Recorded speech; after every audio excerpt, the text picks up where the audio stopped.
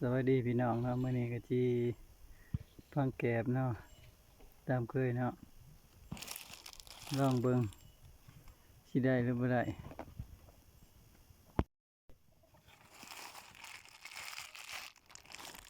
มีห้ำกับหัวอาหารนะหัวอาหารก็เอาหัวอาหารหมูพุ่นแหละคักเอาห้ำหัวไอ้นั่นบัดนี้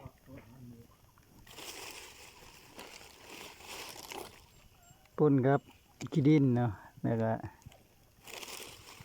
หัวอาหารน้ำ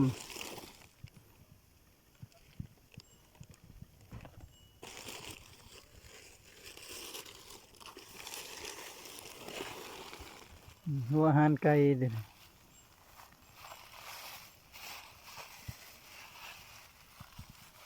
ซูมกันนะ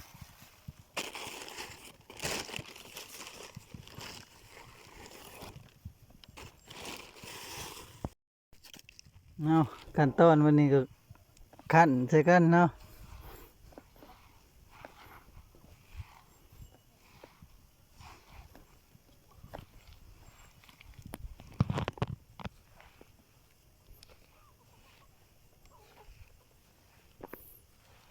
นวดคือนวดแป้งแล้วเนาะ